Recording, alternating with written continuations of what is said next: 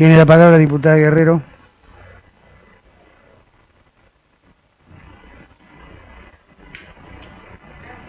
Presidente, yo voy a tratar de ser breve, pero quisiera hacer algunas consideraciones que tienen que ver con lo que nos ha llevado a presentar esta iniciativa parlamentaria en protección o en garantía de la vigencia efectiva de los derechos de niños, niñas y adolescentes. Sin lugar a dudas, si nosotros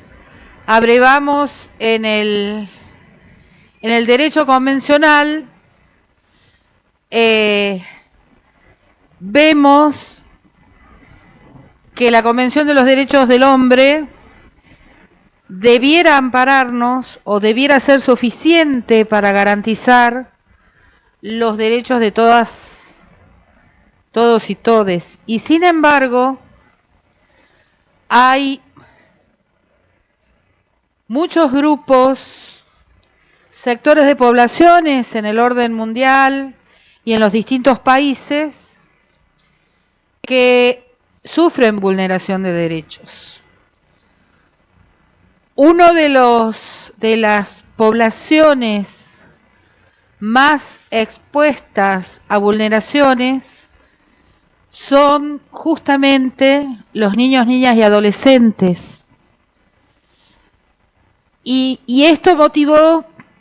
que en algún momento de la historia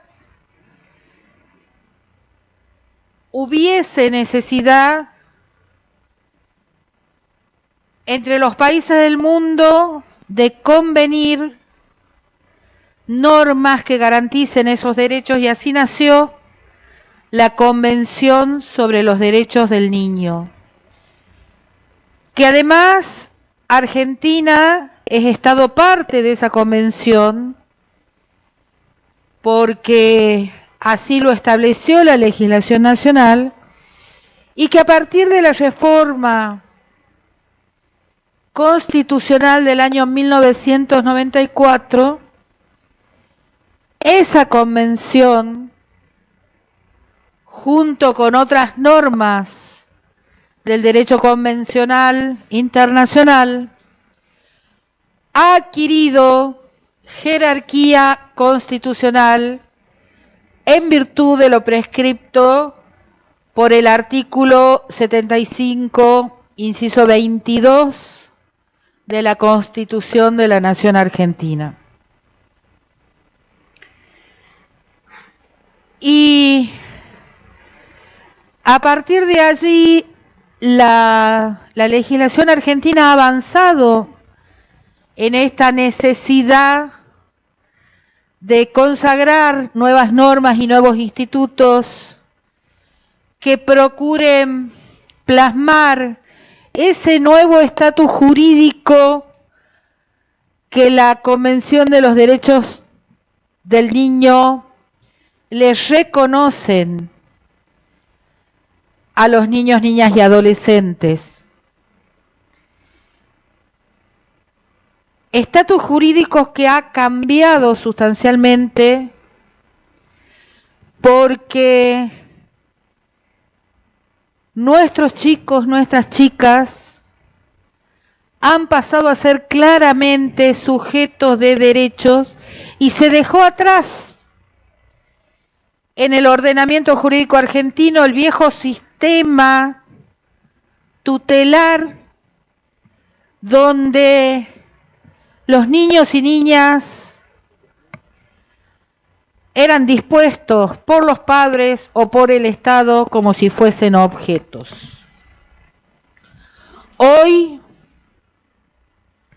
los niños, niñas y adolescentes son sujetos de derecho,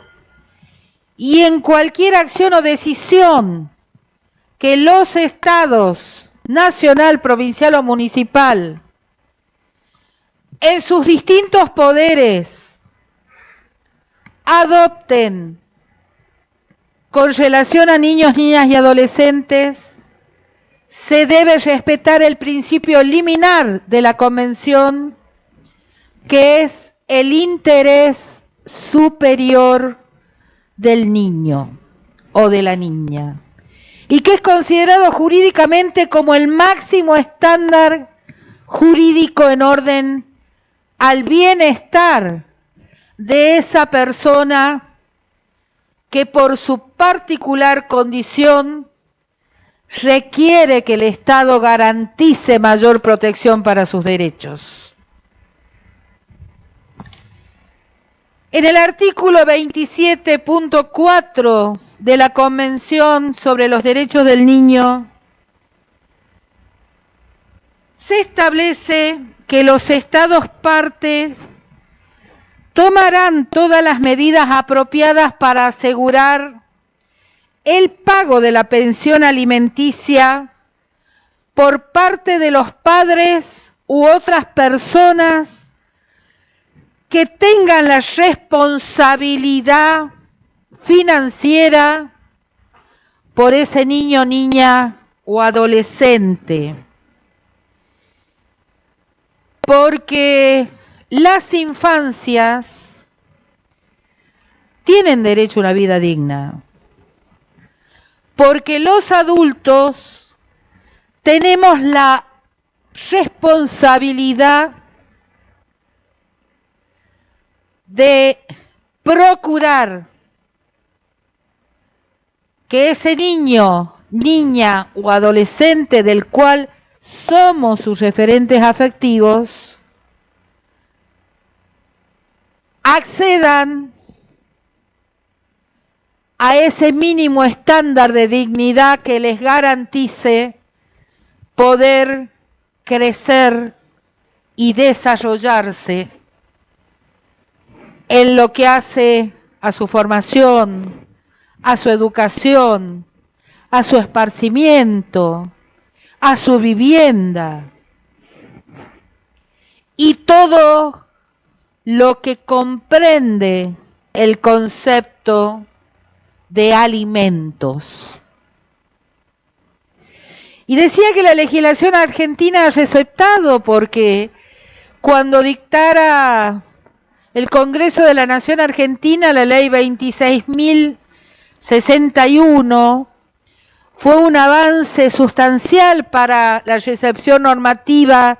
de los principios jurídicos básicos adoptados por la Convención sobre los Derechos del Niño. Y además, y a partir de agosto del año 2015, que entró en vigencia el nuevo Código Civil y Comercial de la Nación, hubo una transformación de fondo en el derecho de fondo importantísima, porque se sustituyó el viejo concepto de la patria potestad basada fundamentalmente en la vieja idea romana del derecho romano del pater familias, para adoptar un nuevo paradigma que es el de la responsabilidad parental o de la responsabilidad coparental, que les compete a ambos progenitores. Y en esto debemos señalar que por experiencia profesional, de tanto andar y de tanto escuchar las historias, las vivencias, los dolores, las impotencias de muchísimas mujeres, somos conscientes que por lo general, cuando los progenitores no mantienen una relación afectiva y de esa unión, aunque haya sido una unión circunstancial, han nacido hijos, hijas o hijes, por lo general es la madre quien asume como puede, con todas sus fuerzas, con todo su sacrificio y con muchísimo renunciamiento, la responsabilidad por la crianza de los hijos y también por cumplir con su deber alimentario. Pero hay otro progenitor que en muchísimos casos directamente desaparece, se lava las manos, se niega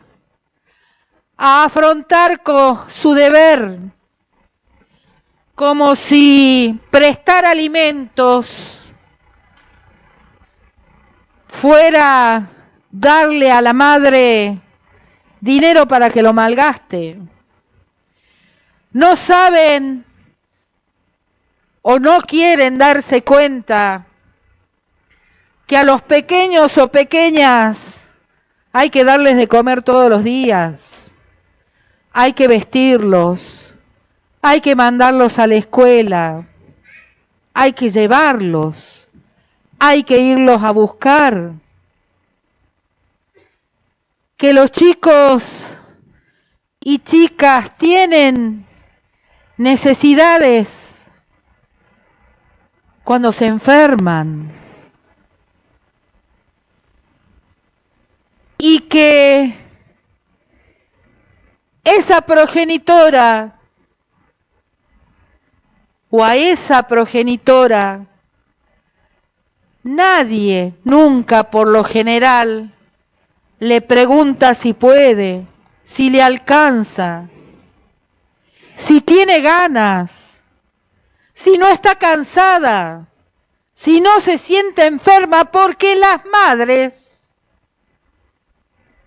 lo hacemos como sea. Cuando hay un padre ausente, un progenitor irresponsable, un hombre que se lavó las manos, somos las mujeres las que tenemos que asumir el largo, penoso peregrinar de buscar quien nos ayude a hacer respetar los derechos de nuestros hijos, hijas e hijes. Y tenemos que ocurrir ante la justicia. En la mayoría de los casos, muchas mamás, sin tener siquiera los medios para buscar un abogado,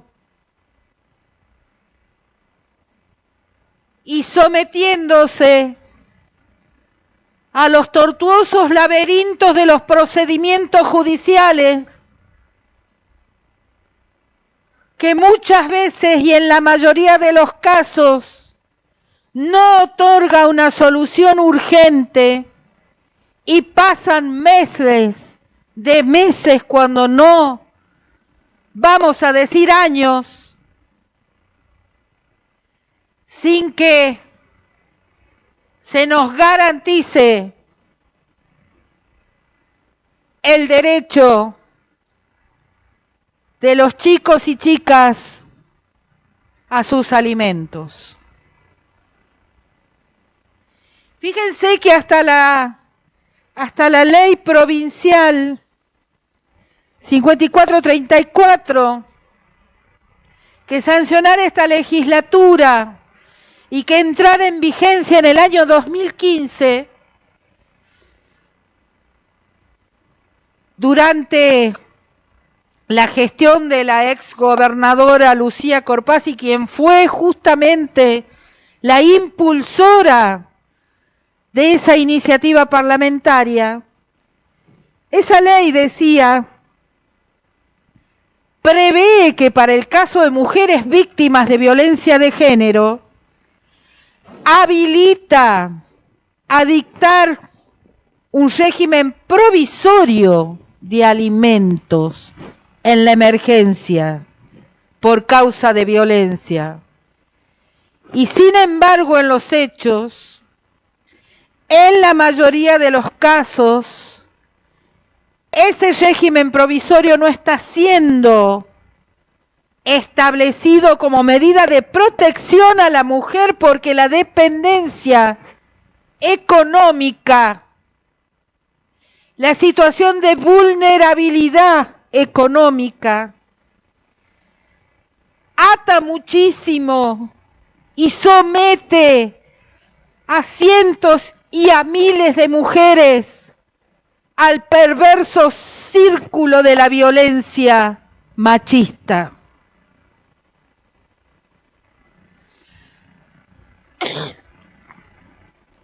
La falta de pago de los alimentos ocasiona que las mujeres madres deban hacerse cargo del 100% de los gastos que ocasiona la mantención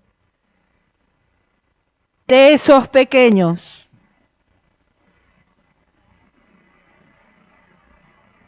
Y un informe de la Oficina de Violencia Doméstica de la Corte Suprema de Justicia de la Nación durante el tercer trimestre del año 2020 señaló con claridad que la violencia económica patrimonial estuvo presente en el 28% de los casos denunciados. Y esto profundiza las asimetrías que de por sí ya existen en una sociedad profundamente patriarcal, donde las mujeres e identidades disidentes padecemos esas desigualdades estructurales que parten de esa vieja división sexual del trabajo, de la que emergen esos estereotipos patriarcales, esos roles culturalmente asignados que nos lesionan en nuestra dignidad y nos impiden u obstaculizan nuestro desarrollo. Y son las madres, además, las que afrontamos las tareas de cuidado, que, como bien se dijo muchísimas veces en este recinto, esas tareas de cuidado es trabajo no remunerado e invisibilizado. Cuanto mayor es el abandono del padre, mayor es el costo económico, el esfuerzo, el sacrificio y los condicionantes que recaen sobre las espaldas de las madres. Y ello ocasiona un impacto tremendo en la feminización de los cuidados y también en la feminización de la pobreza, con efectos perniciosos sobre los derechos de las mujeres, que, como dije anteriormente, ven frustradas sus posibilidades de crecimiento personal, laboral, profesional. Entonces, lo que nosotros estamos planteando con esta iniciativa es que por lo menos en lo que es materia de nuestras atribuciones, que es el ámbito del Estado provincial, de los funcionarios y empleados públicos que conforman los tres poderes del Estado, le garanticemos a los hijos, hijas e hijes de esos funcionarios y empleados públicos que en caso que no convivan con uno de los progenitores, que es el que reviste la condición de funcionario o empleado público, el Estado provincial directamente ha pedido de la progenitora que conviva con esos niños, opere el descuento de los saberes y los ponga de inmediato mensualmente a disposición de esa madre para que pueda alimentar a sus hijos. Y lo proponemos de modo provisorio hasta tanto la justicia determine el cese de esa prestación alimentaria o bien porcentajes diferentes a los que proponemos en el presente proyecto de ley, que oscilan entre el 15 y el 25% del haber bruto mensual del funcionario o empleado, y va creciendo de acuerdo a la cantidad de hijos o hijas a cargo, y también teniendo en consideración si esos niños o niñas padecen alguna discapacidad, en cuyo caso el porcentual se incrementa.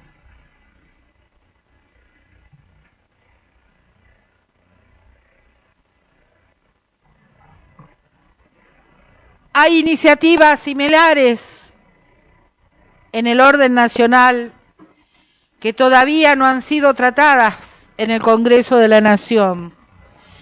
Seguramente si esta norma avanza o si este proyecto se transforma en norma jurídica, otras jurisdicciones provinciales podrán avanzar también en el aseguramiento de los derechos alimentarios de los niños, niñas y adolescentes. Y esto seguramente será un acto de estricta justicia, con la vida digna a la que tienen derecho esos niños y niñas, pero también en defensa de los derechos de la progenitora o el progenitor conviviente, porque digo, también puede haber supuestos en que sea el padre quien convive con los niños y sea la madre la que se niega a prestar alimentos, y lo que estamos proponiendo es el aseguramiento del cumplimiento efectivo de la corresponsabilidad parental que nos compete tanto al padre como a la madre con relación a los hijos. Así que, señor presidente, estimados colegas, nosotros anhelamos fervientemente que esta iniciativa pueda ser acompañada, porque el negarse a prestar alimentos por parte de un padre o de una madre con relación a sus hijos es incurrir en violencia económica, es condenarlos a padecer necesidades, es violar sus derechos más elementales. Y la provincia de Catamarca, como Estado, que forma parte a su vez del Estado argentino, tiene el deber de garantizar la prestación alimentaria, por lo menos para los hijos e hijas de los empleados públicos que sean remisos a cumplir con el deber alimentario. Así que, señor presidente, hago votos para que esta Cámara pueda en la fecha darle media sanción a este proyecto de ley y que muy pronto podamos tener la alegría de contar en la provincia de Catamarca con un instrumento jurídico de aseguramiento de los derechos de los niños, niñas y adolescentes. Muchas gracias.